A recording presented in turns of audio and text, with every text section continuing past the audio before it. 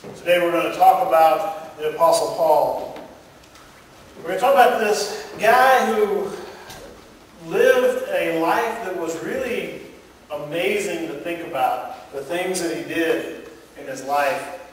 Paul was from the city of Tarsus.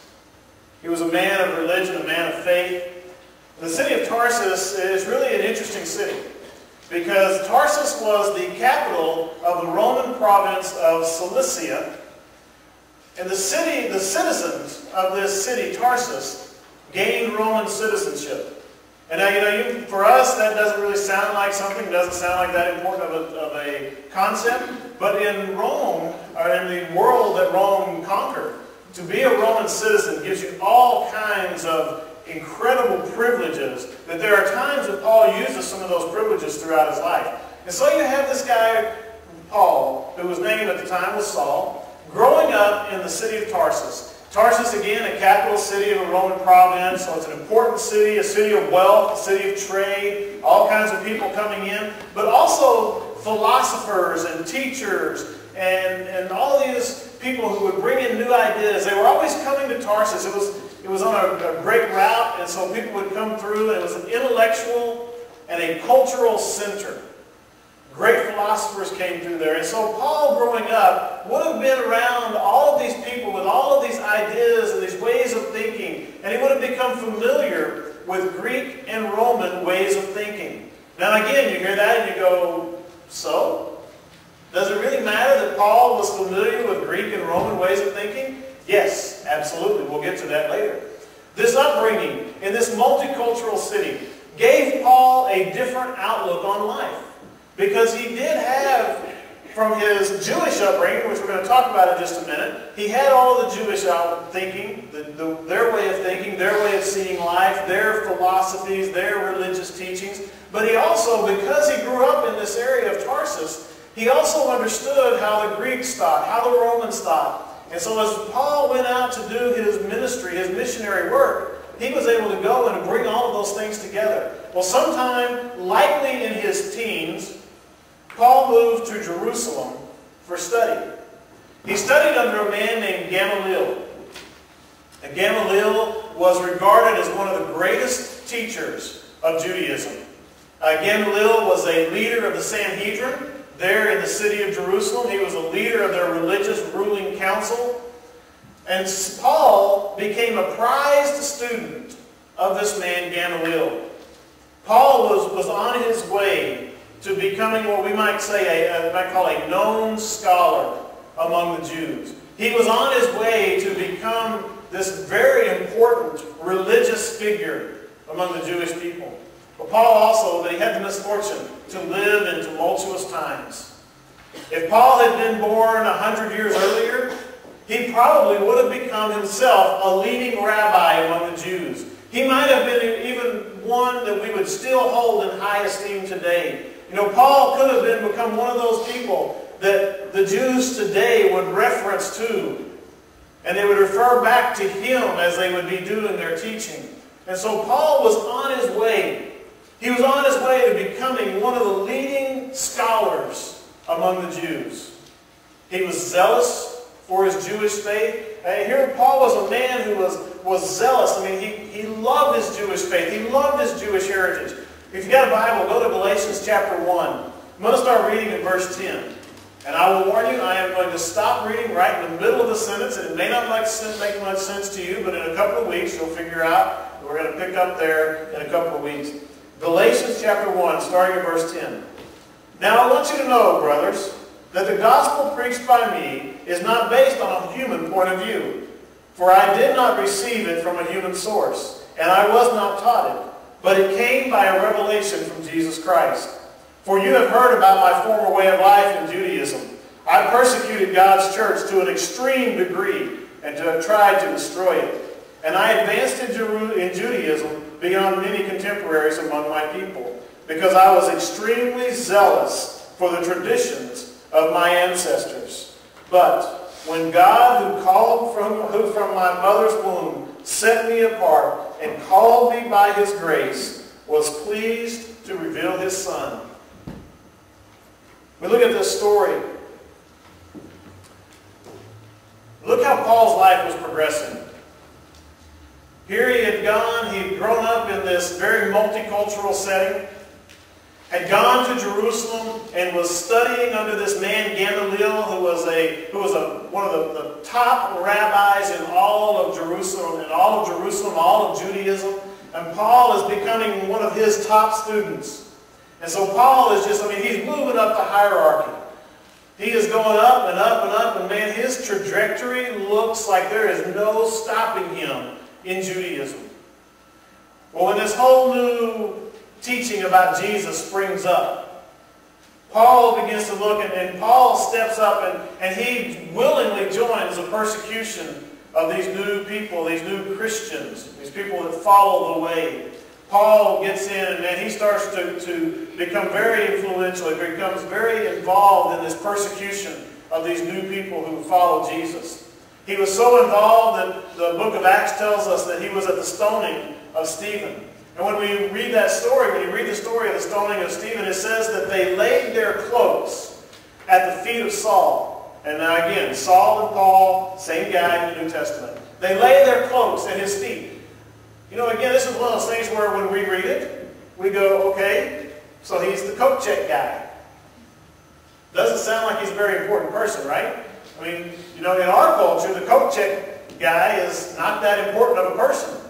Well, for them to lay their cloaks at his feet, it really symbolizes, it signifies that Paul is the one who is in charge of this mob. Paul is not just standing back and saying, yeah, okay, I'll watch the coats while you go do the job. It gives the picture that Paul was in charge of the action that was being taken. And after the stoning of Stephen, Paul presses the persecution. He receives orders to go to Damascus. And it's on his way to Damascus that he has this incredible experience. But at the same time, Paul was continuing to gain recognition for his knowledge of the Jewish faith. And so here you have a guy who is knowledgeable, he's known, he's becoming a leader, and he's moving forward, and he's got this path laid out for him that is going to great heights. And in our reading it talks about the ancestral traditions. Those were the teachings that were handed down explaining the Torah. Paul says, I know those so well. I was strict to them. He stood out for his adherence. Elsewhere he calls himself a Pharisee of Pharisees. What is a Pharisee of Pharisees? Well, the Pharisees were the strict adherents to the teachings of the law. They were the ones that they were wanted to make so sure that they didn't break any of the laws that they added all these other things on to kind of build a hedge of protection about them. They were the guys, they fasted twice a week. I mean, they were so devout, so focused on being strictly obedient to the law that they would try to do nothing that would ever get them even close to breaking the law. Well, Paul says you can take the Pharisees, all of these strict adherents. Well, I made all of them look like a bunch of liberals. I was stricter than any of them. Everything's looking good for young Saul, as he was known. He probably thought that in years to come, that when Gamaliel retired, he probably expected that he would be the one to take Gamaliel's place in the Sanhedrin. He would take reins of leadership among the Pharisees' party. Everything was going right. And then he goes on the road to Damascus. He's headed to Damascus. He's going to round up these Christians and torture them, persecute them, possibly even execute them for their new faith. But along the way, God stepped in. Isn't it amazing how God can step in and change our best laid plans? Now Paul has to choose. Will he follow the path of Judaism? A path that seems to have a wonderful life laid out for him. As a leader in the Sanhedrin that he probably hopes to become, he's got status, power, fame, probably money. Everything is just laid out, man. He is going to have a great life. Or will he choose to follow God? Of course, we all know what Paul did. Paul chose to follow the path of God in his life. And as Paul looks back on his early life, he writes here that I think he sees how God had prepared him for a special task. As you see, the other apostles, the ones that had lived with Jesus for those 3 years, those ones that had traveled with Jesus and listened to him for those time that he was teaching, these apostles, the reality is they were too Jewish to be effective in non-Jewish circles. These guys, the other 12 that started out, and we lost one, we know, with Judas. But so the 11 that were left, they were too Jewish to be outside of Jewish circles to really be very effective in winning people to Christ. But Paul was not. You see, Paul was Jewish enough to be effective in Jewish circles, obviously, because we know that among the Jews he was becoming known more and more and becoming more and more famous for his ability, for his teaching ability, for his knowledge of the Scriptures. And so here's a guy who's very Jewish. I mean, he's Jewish to the core. But because of his early life in this city of Tarsus, he's also familiar with Greek philosophy. He's familiar with Roman philosophy. He's familiar with the culture of the Greeks and the Romans. He's familiar with all of these multicultural things around him. He's got some incredible advantages. You know, I grew up in an almost monocultural society. The little town that I grew up in, it was pretty much all Anglo. Yeah, we had, I think there were, in my class, in my grade at school, there was one African-American boy, and I think there were 2 Mexican-American kids in my class. Out of a class of 64 students, there were 3 that were not white Anglo-Saxon Protestants. And actually, we were all Protestants. I don't think we even had any Catholics in my grade. So, I mean, if you could talk about this single cultural life, I lived it. You know, you walked into my classes in school, and you looked around, and we all looked the same. But you walk into my kids' schools, you walk into their class, there is no majority. My kids have grown up in a very multicultural setting. I grew up in an area where there was a lot of prejudice, there was a lot of racism. And I still struggle at times with trying to overcome those things. My kids, they would look and go, what? You mean there's a difference? Who cares? Paul had that attitude. Paul had grown up around multiculturalism before it was fashionable. It didn't bother him to go and be around a bunch of Gentiles.